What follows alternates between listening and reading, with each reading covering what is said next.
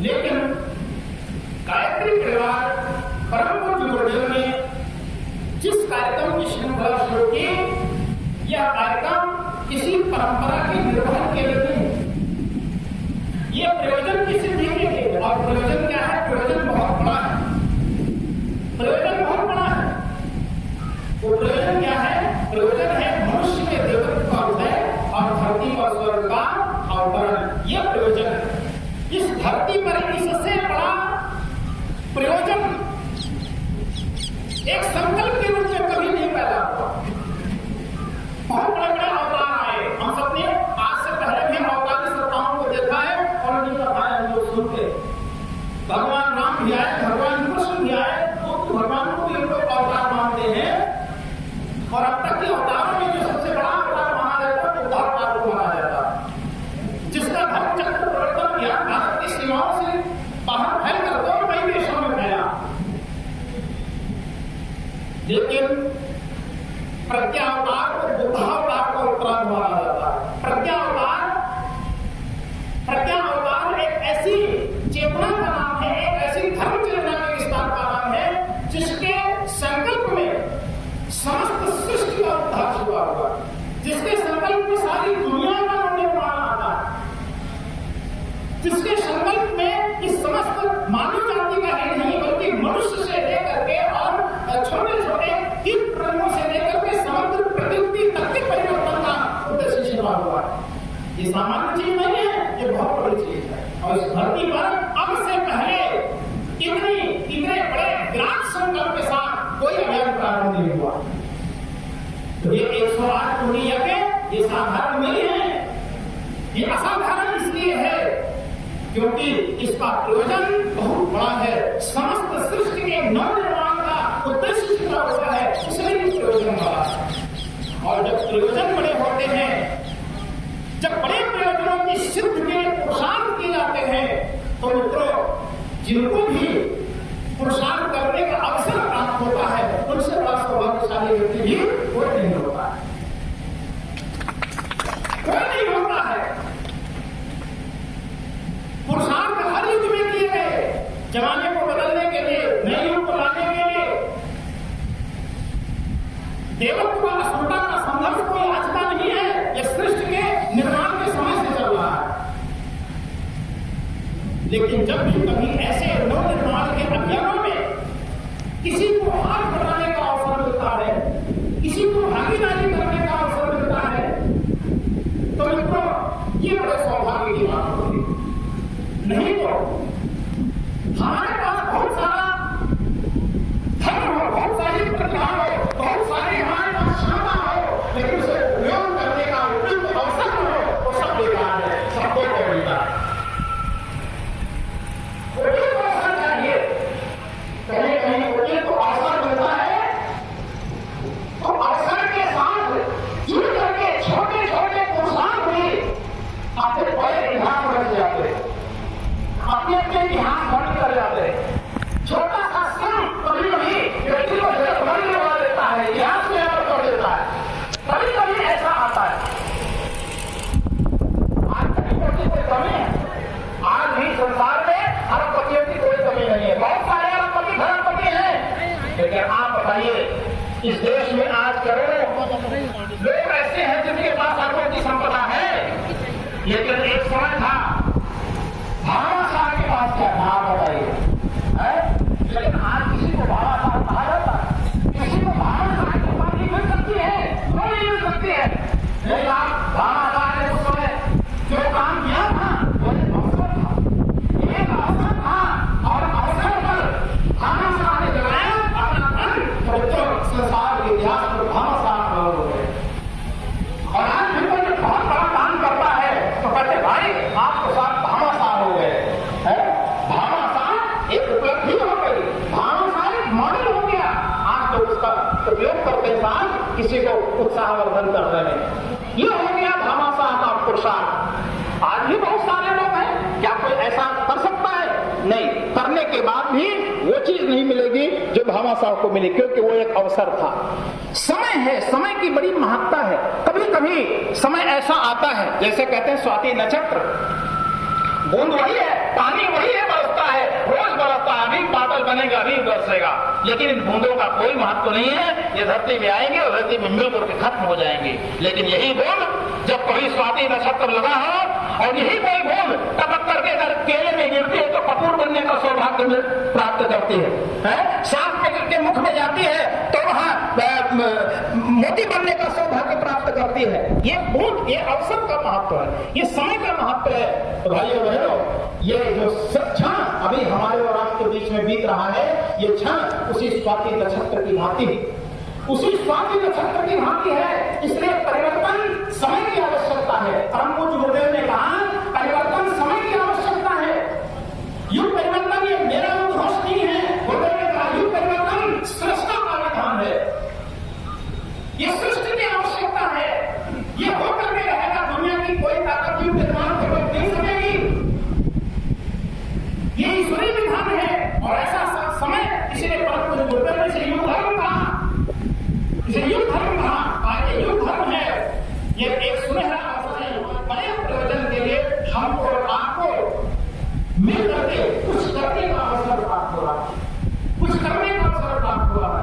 ये समय आपके बीच में आएगा, ये समय कल निकल जाएगा, ये समय निकल जाएगा तो हमारे लिए हम जैसे वैसे हो जाएंगे। लेकिन इसी समय में बहुत सारे लोग नजारे क्या करके अपना सौभाग्य ग्रहण कर लेंगे। समय आता है, चला जाता है। आज धान की नर्सरी डालने का समय है, कोई किसान आज सोता रहे और समय निकल जाए।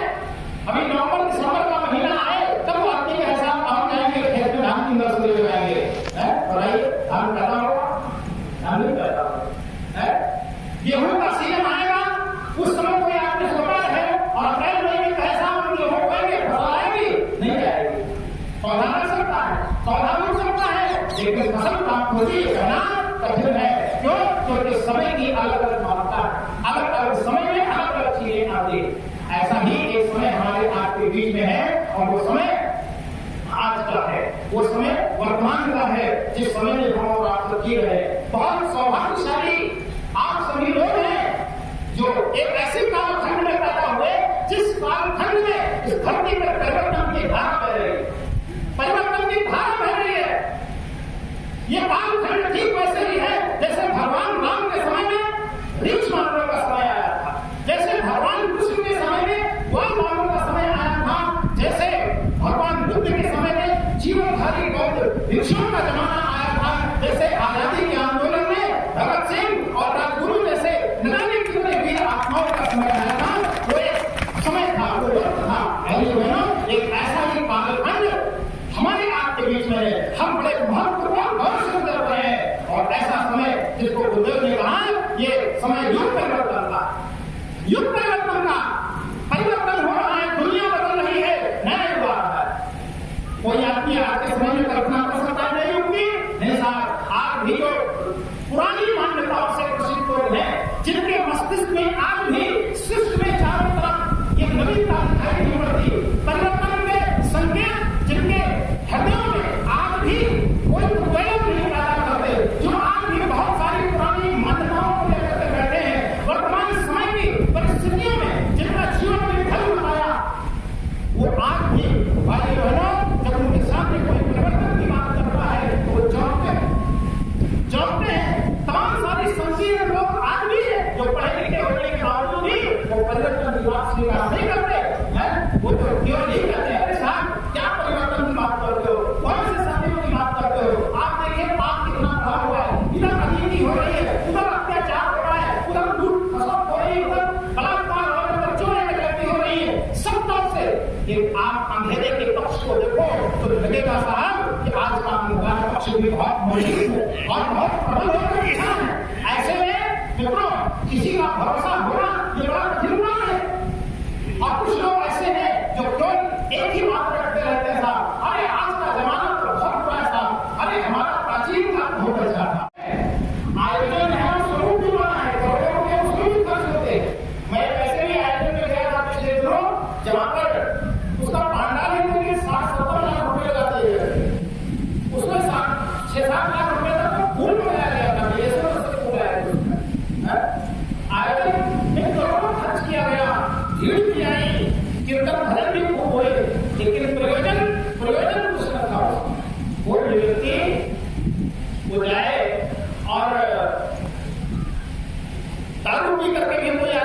चला जाए तो वहां वो भी जय माता दी कहने का अधिकारी है। तो ऐसे भी आयोजन होते हैं जो हमारे यहाँ परंपरागत तरीके से होते हैं और बहुत सारे होते हैं। कहीं गणेश पूजा होती है, कहीं दुर्गा पूजा होती है, कहीं कुछ होता है, कहीं कुछ होता है। ये सब परंपराओं के कारण। लेकिन गायत्री परिवार परम पूज्य गुरुदेव ने जिस कार्यक्रम की श्रृंखला शुरू की, यह कार्यक्रम किसी परंपरा के निर्वहन के लिए नहीं, ये प्रयोजन की सिद्धि के लिए। और प्रयोजन क्या है? प्रयोजन बहुत बड़ा है। प्रयोजन बहुत बड़ा है। वो प्रयोजन क्या है?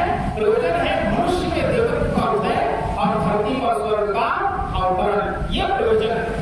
इस धरती पर इससे बड़ा प्रयोजन एक संकल्प के रूप में कभी नहीं पैदा हुआ।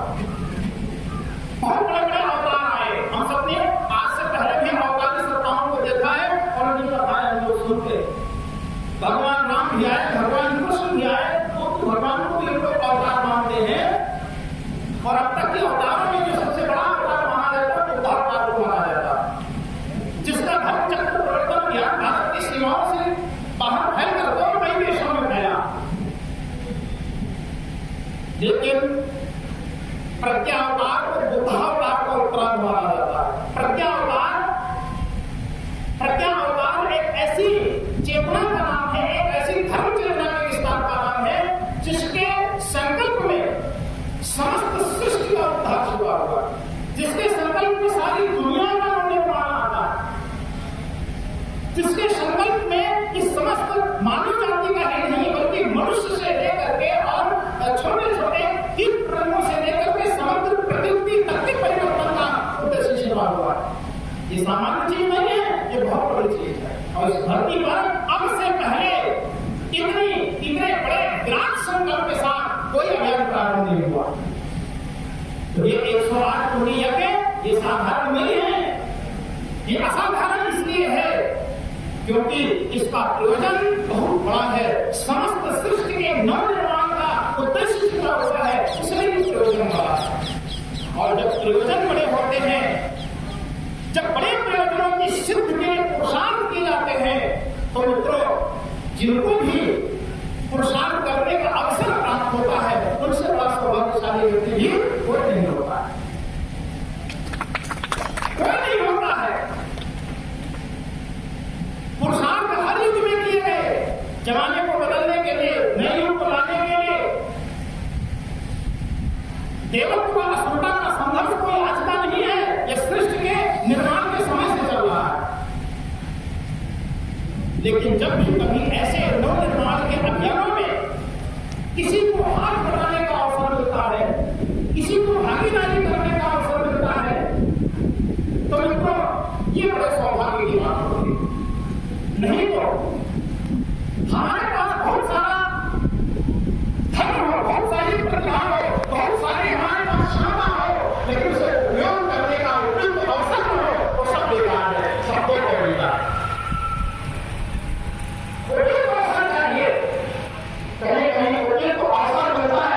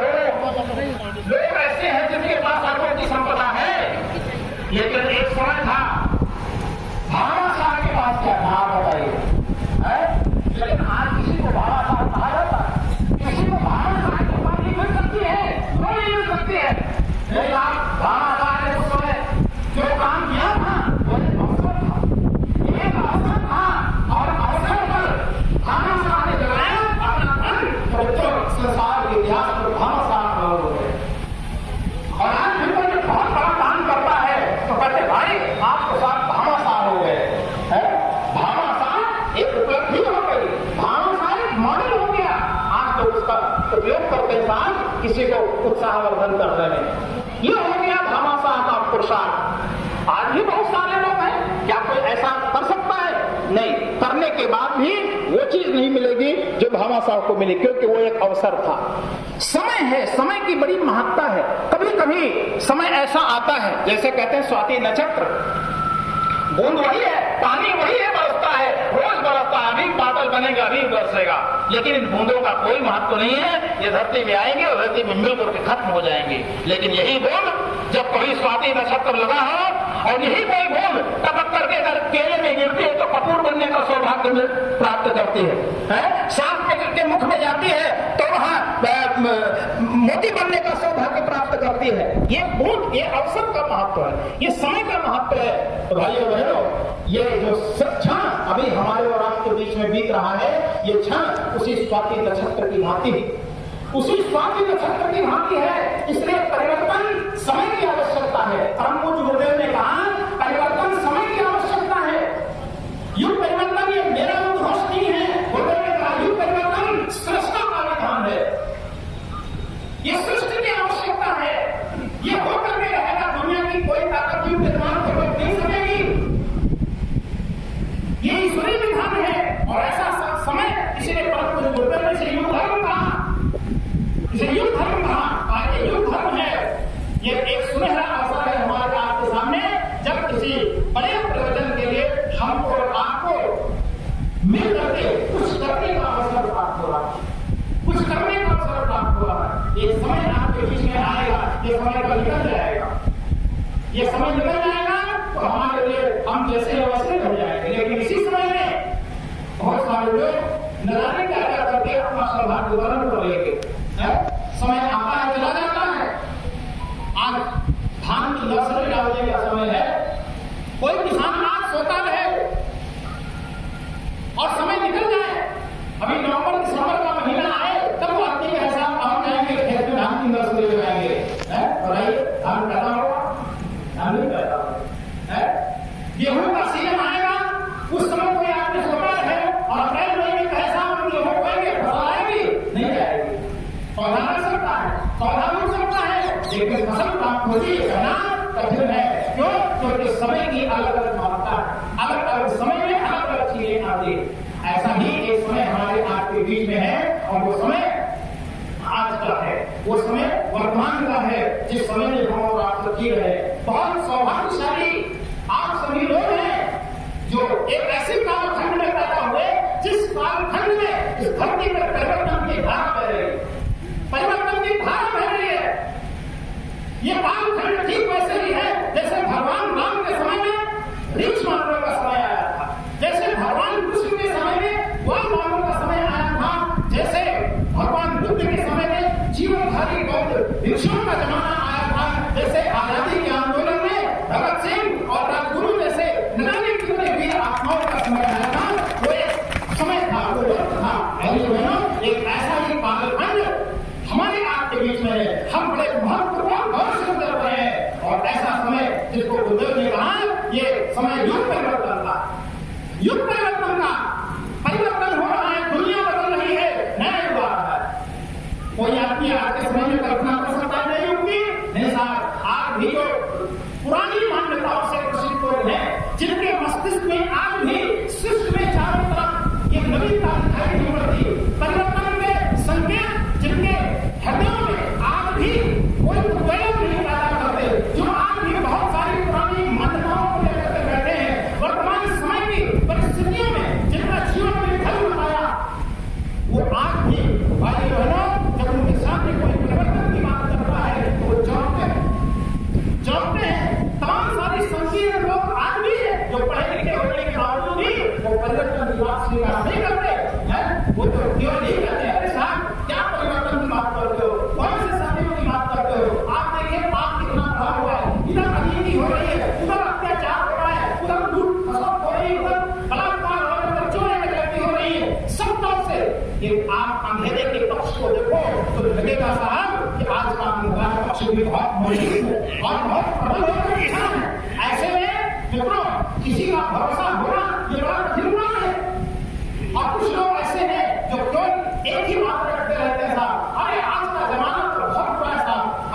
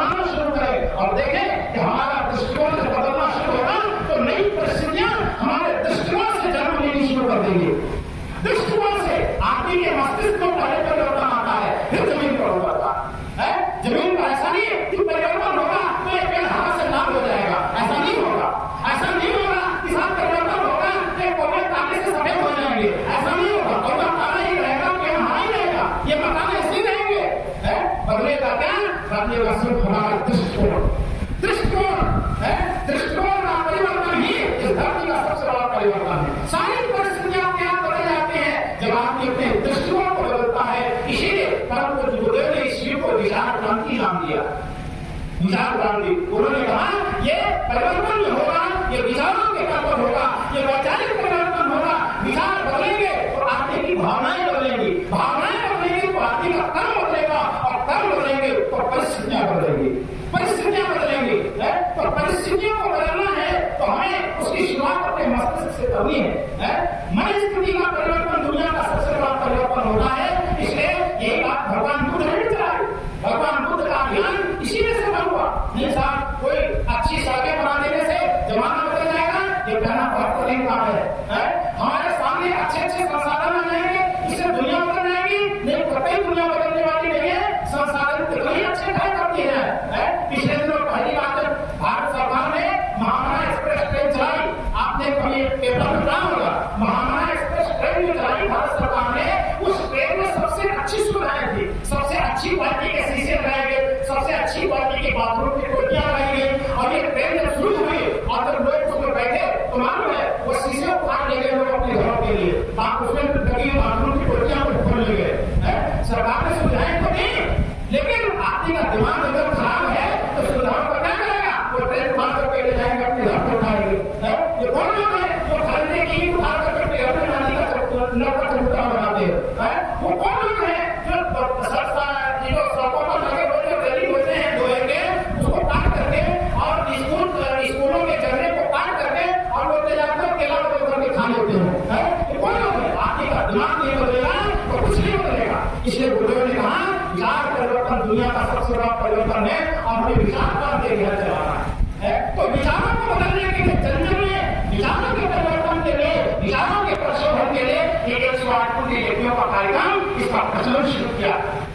क्योंकि गायत्री और यज्ञ दो ही ऐसे अस्त्र हैं जिनके माध्यम से मनुष्य के जीवन का आमूल बदलाव किया जा सकता है। मनुष्य के प्रकृति का परिवर्तन किया जा सकता है, उसके विचारों का परिवर्तन किया जा सकता है। ये युग विचारों के संघर्ष का युग है। ये बौद्धिक उत्कर्ष का युग नहीं है, बौद्धिक संघर्ष का युग है। जहां बड़ी बड़ी विचारधाराएं रास्ते नहीं खोज पाती हैं तो आपस में टकराती है। किसी के पास कोई समाधान नहीं निकलता, किसी के पास कोई रास्ता नहीं है। आज जितना भी इस संसार का इंटेलेक्चुअल वर्ग है वो संसार की बड़ी बड़ी परिस्थितियों पर विचार करता है। उनकी गोष्ठियां होती, उनके वर्कशॉप होते हैं, कभी किसी देश में कभी किसी देश में। पर्यावरण पर हमारी बड़े बड़े जो प्रतिभावान लोग हैं, बड़े बड़े साइंटिस्ट हैं, ये ग्लोबल वार्मिंग में रोका है तो क्या करेंगे? आज यहाँ वार्ता है तो कल वहां वार्ता है। ये कहां बैठ करके एसी रूम में बैठ करके इन परिस्थितियों पर चिंतन नहीं करते। किसान समाज से ये ग्लोबल वार्मिंग कम होना चाहिए, प्रदूषण कम होना चाहिए, ये बहन काफी की जो बीमारी है कम होना चाहिए, नशाखोरी कम होनी चाहिए। ये क्या है? ये एसी रूम में बैठ करके इस पर गोष्ठियां करते बड़े लोग और वहां प्लान बनाते हैं। लेकिन आप बताइए ये इनके प्लान से क्या कोई परिवर्तन आया? कोई परिवर्तन नहीं आया, कोई परिवर्तन नहीं आया। ये लोग केवल प्लान बनाते रहते हैं, इनके पास निष्कर्ष नाम की चीज नहीं है। समाधान कहां मिलेगा? तो परम पूज्य गुरुदेव ने एक उदाहरण दिया। एक बार मैं आपको बताऊं, शायद आपने कहीं पढ़ा हो या कहीं गुरुदेव के मुझसे सुना हो। परम पूज्य गुरुदेव महाभारत का उदाहरण देते थे और महाभारत का उदाहरण देते कहते थे कि ये दुनिया एक लक्ष्याग्रह के समान है। आदमी जो कर्म कर रहा है, मनुष्य अपने कर्मों से पूरी दुनिया को लक्ष्याग्रह बना देगा। और जब ये दुनिया एक लक्ष्याग्रह का रूप धारण करेगी, लक्ष्याग्रह आपने सुना है महाभारत में बहुत बड़ा अच्छा भवन, आकर्षक भवन बनाया था। इसने कौरवों ने बनाया था पांडवों के रहने के लिए। वो भवन बड़ा आलीशान था, दिखने में सारी सुविधाओं से सुसज्जित था और ये था कि पांडवों को इसमें कर दिया जाए और इसमें पांडव रहेंगे। उसके पीछे का षड्यंत्र कोई जानता नहीं था, वो कोई जिसने बनवाया वो जानता था। तो वो इतना सारा सुंदर सुसज्जित मकान उसमें पांडवों को ले जाकर के ठहरा दिया गया। लेकिन उसके षड्यंत्र को विदुर कहीं कहीं भाग गए थे, तो विदुर ने उसका तरीका निकाल लिया था। और तरीका क्या था कि विदुर ने कहा जब आप उसमें जाएंगे और मान लो पता चले अगर इसमें आग लग जाए तो कैसे निकलेंगे? उन्होंने सुरंग बनाई थी। है कि सुरंग के सहारे बाहर जा सकते हैं, बाहर निकला जा सकता है। तो गुरुदेव ने कहा पूरी दुनिया एक लक्षाग्रह के समान होगी, और जब इस दुनिया में परिस्थितियों की आग लगेगी, जब परिस्थितियां विपरीत परिस्थितियां हर तरह से मुश्किल के त्राही की परिस्थिति पैदा करेंगे, ये समस्याओं में जब दुनिया जलने लगेगी, तब इस दुनिया को बचने का सिर्फ एक मार्ग होगा, और वो मार्ग होगा युग निर्माण। युग निर्माण स्वयं का नाम है, जिसके माध्यम से दुनिया बच सकेगी, नहीं तो दूसरा बचने का कोई तरीका नहीं, कोई तरीका दूसरा नहीं है। आज भी ये तो वही परिस्थिति हमारे आपके सामने है, जब समस्याएं सब तरफ से है और समाधान कहीं किसी को नहीं दिखता है, तो जो भी व्यक्ति युग निर्माण के धारा में आया, जो भी व्यक्ति परम को गुरुदेव की विचार गंगा में डूबा, मित्रों उसे समाधान दिखाई पड़ा, उसे हर तरफ से समाधान दिखाई पड़ा। जो राजनीतिक इसमें आया, उसने उसे राजनीति के ढंग से समस्याओं के समाधान लिखे। जो धार्मिक व्यक्ति आया, उसे अपने ढंग से उसके समाधान लिखे। समाज का हर वर्ग का, किसी भी वर्ग का व्यक्ति जो भी परम पूज्य गुरुदेव की विचारधारा में आकर के जोड़ता है, उसे अपनी हर समस्या का समाधान दिख जाता है। क्यों? क्योंकि परम पूज्य गुरुदेव ने 32 किताबें इसीलिए लिखी थी।